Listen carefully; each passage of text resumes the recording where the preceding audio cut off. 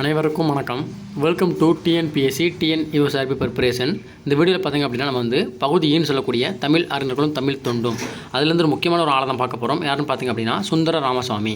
இவர் பார்த்திங்க அப்படின்னா ஸ்கூல் புக்கை பொறுத்த வரைக்கும் பார்த்திங்க அப்படின்னா 12th ஸ்டாண்டர்ட் புக்கில் தான் இருப்பார். நம்ம 12th ஸ்டாண்டர்ட் தமிழ் புக்கு படிக்கணுமான்னு கேட்டிங்க அப்படின்னா கட்டாயம் படித்தே ஆகணும். ஏன்னு கேட்டிங்க அப்படின்னா அவங்க வந்து என்ன தான் பார்த்திங்க அப்படின்னா தமிழ் வந்து 10ஆம் வகுப்பு தரம் கொடுத்துருந்தாலும் சிலபஸில் பார்த்திங்க அப்படின்னா சுந்தர ராமசாமி அப்படிங்கிற ஒரு ஆள் இருப்பார்.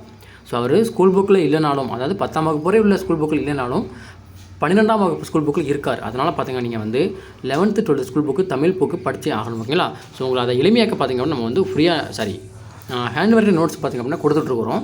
ஸோ அதை நிறைய பேர் வாங்கியிருப்பீங்க. நீங்கள் வந்து பிஜி எக்ஸாமாக இருக்கட்டும் அல்லது எஸ்சி எக்ஸாமாக இருக்கட்டும், அதுக்கு நீங்கள் வாங்கியிருப்பீங்க. ஸோ அதில் வந்து எத்தனை கொஸ்டின் கேட்டிருந்தாங்க அப்படிங்கிறது வீடியோ போட்டிருக்கேன், செக் பண்ணி பாருங்கள். கிட்டத்தட்ட நீங்கள் பிசின்னு எடுத்துக்கிட்டிங்கன்னா ஒரு 44 கொஸ்டின் கேட்டிருந்தாங்க. அதாவது டோட்டலாக தமிழ் எலிஜிபிள் டெஸ்ட் பார்த்திங்க அப்படின்னா 80 மார்க்கு பிசிக்கு. ஸோ அதில் பாதிக்கு மேலே கொஸ்டின் கேட்டிருந்தாங்க. எஸ்சி எக்ஸாம் எடுத்துக்கிட்டிங்கன்னா டோட்டலாக 100 மார்க்கு தமிழ் எலிஜிபிள் டெஸ்ட். அதில் பார்த்திங்க அப்படின்னா கிட்டத்தட்ட ஒரு 64 கேள்விகள் பாதிக்கு மேலே கொஸ்டின் கேட்டிருந்தாங்க. ஸோ அந்த ஹேண்ட் ரைட்டிங் நோட்ஸ் பார்த்திங்க அப்படின்னா நம்ம குறைந்த விலையில் வழங்கிக்கிட்டு வரோம். ஸோ அதை வேணுங்கிறவங்க இந்த டிஸ்கிரிப்ஷன் கீழே கான்டாக்ட் நம்பர் இருக்குது, அதை நீங்கள் கான்டாக்ட் பண்ணி பிடிஎஃப்ல வாங்கிக்கலாம். ஓகேவா? ஸோ ஒரு சுந்தர ராமசாமி நம்ம பார்த்துலாம். ஓகேவா? அவர் ஒரு புனைப்பெயர் இருக்குது, பசுபையான்னு சொல்லுவாங்க. ஓகேவா? பசுபையானா யார்? சுந்தர ராமசாமியுடைய புனைப்பெயர் தான் பார்த்திங்க அப்படின்னா பசுபையான்னு சொல்லுவாங்க. இவர் இயற்பெயர்னு பார்க்கும்போது சுந்தர ராமசாமி. இதெல்லாம் மேக்ஸிமம் தெரிஞ்சிருக்கும். அடுத்து இவர் எங்கே பிறந்தார்னு பார்த்திங்க அப்படின்னா நாகர்கோயில் அருகே மகாதேவர் கோயிலில் பார்த்திங்க அப்படின்னா இவர் பிறந்திருப்பார். எப்போ பிறந்திருப்பார்? 30/5/1931 பார்த்திங்க அப்படின்னா இவர் பிறந்திருப்பார். எப்போ இறந்திருப்பார்? 14/10/2005 பார்த்திங்கன்னா இவர் வந்து இறந்திருப்பார். அப்போ இப்போ தான் இறந்துருக்கிறார். ஓகேவா? 2005 தான் இறந்துருக்கிறாரு. அடுத்து அவர் எழுதி ஒரு சில கவிதைகள் கொடுத்துருக்குறாங்க. நடுநிசி நாய்கள், யாரோ ஒருவனுக்காக, 107 கவிதைகள். டோட்டலாக பார்த்திங்க அப்படின்னா ஒரு 3 கவிதைகள் எழுதியிருக்கிறாரு. அடுத்து ஒரு சில நாவல்கள் படைச்சிருக்கிறாரு. நாவல்கள் என்ன பார்க்கலாமா? ஜே சில குறிப்புகள். நீங்கள் வந்து தமிழ் சினிமாவில் ஒரு படம், சிறந்த படம் பார்த்துருப்பீங்க, ஜேன்னு சொல்லி நம்ம மாதவன் அவர்கள் நடிச்சிருப்பாங்க. ஸோ அது அந்த இந்த நாவலை பேஸ் பண்ணி எடுக்கப்பட்டதான் பார்த்திங்கன்னா அந்த ஜே சில குறிப்புகள். அடுத்து காற்றில் கரைந்த பேராசை அப்படிங்கிற ஒரு நூல். அடுத்து பார்த்திங்கன்னா இறந்த காலம் பெற்ற உயிர். அடுத்து பார்த்திங்கன்னா குழந்தைகள், பெண்கள், ஆண்கள். அடுத்து வானமே இளவெயிலே மரச்செறிவே. இது ஒரு பாட்டை வரும். வானகமே இளவெயிலே மரச்செறிவேன்னு ஒரு பாட்டே இருக்கும். ஸோ அதை நூலாக எழுதியிருக்கிறார். அடுத்து வாழ்க சந்தேகங்கள். அடுத்து பார்த்திங்கன்னா 3 நாடகங்கள். அடுத்து ஒரு புளிய மரத்தின் கதை. இதெல்லாம் பார்த்திங்கன்னா நம்ம சுந்தர ராமசாமி எழுதிய முக்கியமான நாவல்கள். அடுத்து ஒரு சில மொழிபெயர்ப்பு நூல்களையும் படிச்சிருக்கிறாரு. என்னெல்லாம் பார்க்கலாமா? செம்மீன், தகழி, சங்கரப்பிள்ளை எழுதியவர். செம்மீன் அப்படிங்கிறது பார்த்திங்க அப்படின்னா தமிழில் பார்த்திங்க அப்படின்னா தகழி சங்கரப்பிள்ளை எழுதியவர். அதை மொழிபெயர்த்திருப்பார். யார்? சுந்தர ராமசாமி. எப்போ? 1962. அடுத்து தோட்டியின் மகன். இது பார்த்திங்கன்னா அதுவும் அவர் எழுதியது. யார்? தகழி சங்கரப்பிள்ளை எழுதியது. 2000 ஆண்டு பார்த்திங்க அப்படின்னா மொழிபெயர்த்திருப்பார். அடுத்து பார்த்திங்க அப்படின்னா தொலைவில் இருக்கும் கவிதைகள். இதை பார்த்திங்க அப்படின்னா 2004 மொழிபெயர்த்திருப்பார் சுந்தர ராமசாமி. அடுத்து அவர் எழுதிய சிறுகதையில் கொடுத்துருக்குறாங்க. என்னெல்லாம் பார்க்கலாமா? முதலும் முடிவும், காகம், சன்னல், மேல் பார்வை, நாடார் சார், அகம்கோயில் காளையும் உழவுமாடும், பள்ளம், பல்லக்கு தூக்கிகள். இதெல்லாம் பார்த்திங்க அப்படின்னா சிறுகதை. இதில் இந்த முதலும் முடிவும் அப்படிங்கிறது பார்த்திங்கன்னா நம்ம சுந்தர ராமசாமி எழுதிய முதல் சிறுகதை வந்து அதுவாகும். இது முதலும் முடிவும். அடுத்து பார்க்கும்போது கட்டுரை நூல்கள் கொடுத்துருக்காங்க. என்னெல்லாம் கொடுத்துருக்குறாங்க? ஆளுமைகள், மதிப்பீடுகள், வாழும் கணங்கள், காற்றில் கரைந்த பேராசை. இதெல்லாம் பார்த்திங்க அப்படின்னா கட்டுரை நூல்கள். யார் எழுதியது? சுந்தர ராமசாமி எழுதியது. அடுத்து சுந்தர ராமசாமி பற்றி சில சிறு குறிப்புகள் கொடுத்துருக்காங்க. என்னெல்லாம் பார்க்கலாமா? சுந்தர ராமசாமி பெயரில் தமிழ் கணினிக்கான விருது, இளம் படைப்பாளர் விருது வழங்கப்படுகிறது. ஸோ இவர் பேரில் பார்த்திங்கன்னா ஒரு அவார்டு நிறுவியிருக்காங்க. அந்த அவார்டு என்னென்ன அவார்டு? தமிழ் கணினிக்கான விருது அப்படிங்கிற ஒரு அவார்டும் கொடுத்துட்ருக்குறாங்க.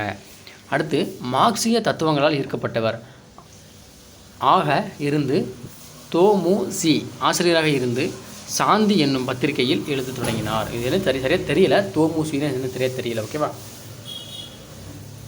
அடுத்து சரஸ்வதி என்னும் இதழில் ஆசிரியர் குழு உறுப்பினராக இருந்தார். சரஸ்வதிங்கிறது பார்த்திங்கன்னா ஒரு இதழ். அந்த இதழில் பார்த்திங்கன்னா ஆசிரியர் குழு உறுப்பினராக இருந்திருக்கிறார். அதன் பின்னர் அவர் எழுத்தாளராக வளர உதவியது. 1953ஆம் ஆண்டு இவர் எழுதிய தண்ணீர் கதைக்கு முதல் பரிசு கிடைத்தது. எப்போ? 1953. நவீன தமிழ் நவீன தமிழ் இலக்கியத்தின் மிக சிறந்த எழுத்தாளர்கள் ஒருவர் ஆவார். இவர் ஒரு நாவலாசிரியர், சிறுகதை எழுத்தாளர்களில் ஒருவர் ஆவார். கவிஞர் என பல இலக்கிய வகை இலக்கியங்களில் ஆளுமை பெற்றிருந்தார். பசுவையா என்ற புனைப்பெயரில் கவிதைகள் எழுதியவர். முக்கியமான பாயிண்ட், ப்ரீவியஸ் இயர் கொஸ்டின் கூட. பசுவையா என்ற புனைப்பெயரில் கவிதைகள் எழுதியவர் யார்? சுந்தர ராமசாமி. அடுத்து, நவீன தமிழ் இலக்கியத்தில் தமிழ் மொழியினை பல்வேறு தளங்களுக்கு கொண்டு சென்றவர் யாரா? பசுவையாவாம். அடுத்து, மலையாள இலக்கிய சுடரான எம். கோவிந்தனை 1957 தொடர்பு கொண்டு தொடர்ந்து அவரது நண்பராக கடைசி வரை விளங்கியுள்ளார். பின்பு 1950 பொதுவுடைமை தோழரான ஜீவானந்தம் அவர்களை சந்தித்துள்ளார் என்பது குறிப்பிடத்தக்கது. ஜீவானந்தம் பார்த்திங்கன்னா மார்க்சிஸ்ட் கம்யூனிஸ்ட் கட்சியினுடைய ஒரு ஆள், நம்ம தமிழ்நாடு சார்ந்தவர். புதுக்கவிதை வரலாற்றில் ஒரு துருவ நட்சத்திரம் என்று அழைக்கப்படுபவர் பசுவையா. ஸோ முக்கியமான கொஸ்டின், ஒரு இம்பார்ட்டன்ட் கொஸ்டின். ஓகேவா? புதுக்கவிதை வரலாற்றில் ஒரு துருவ நட்சத்திரம் என்று அழைக்கப்படுபவர் யார்? நம்ம பசுவையா. அமெரிக்காவில் இருந்து சுந்தர ராமசாமி தன்னுடைய 74ஆம் வயதில் கலிஃபோர்னியா மாகாணத்தில் 14/10/2005 இயற்கை எழுதினார். ஸோ இங்கே இருந்தவர் தான் அமெரிக்கா போயிட்டார். ஓகேவா? அமெரிக்கா போயிட்டு கலிஃபோர்னியா மாகாணத்தில் வந்து பார்த்திங்கன்னா 2005 அங்கேயே இறந்துட்டார். ஓகேவா?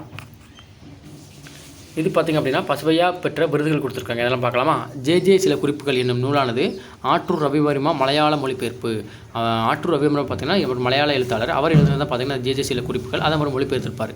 1997 சாகித்ய அகாதமி பரிசு பெற்ற நாவலாகும். ஸோ 1997 சாகித்ய அகாதமி விருது வாங்கியிருக்கா? நம்ம பசுவையா வாங்கியிருக்கிறாரு. அடுத்து, குமரன் ஆசான் நினைவு விருதையும் வாங்கியிருக்கிறாரு. இயல் விருது, தமிழ் இலக்கிய தோற்றம் என்ற நாவலுக்காக 2001 வாழ்நாள் சாதனைக்கான விருதினை பெற்றிருக்கிறாரு.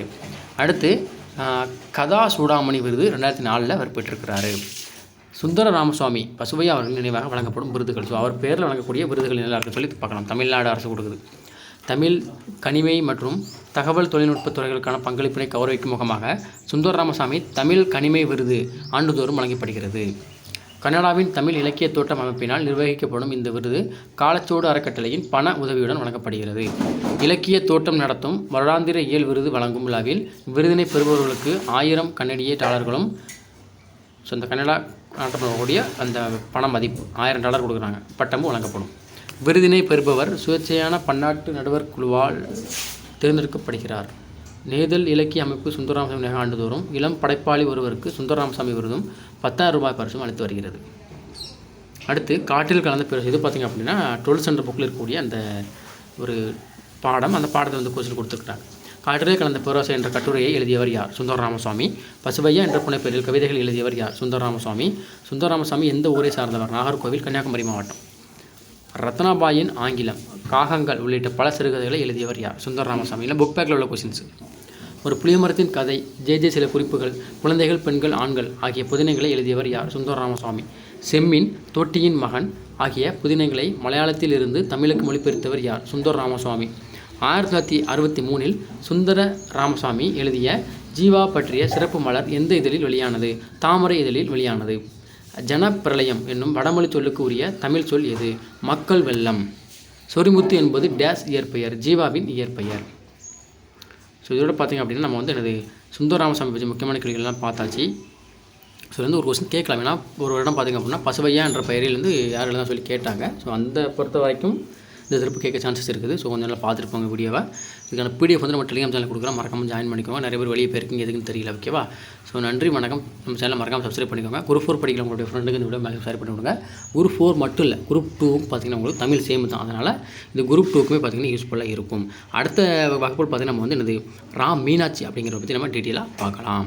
ஸோ நன்றி, வணக்கம். அடுத்த வீடியோவில் சந்திக்கலாம்.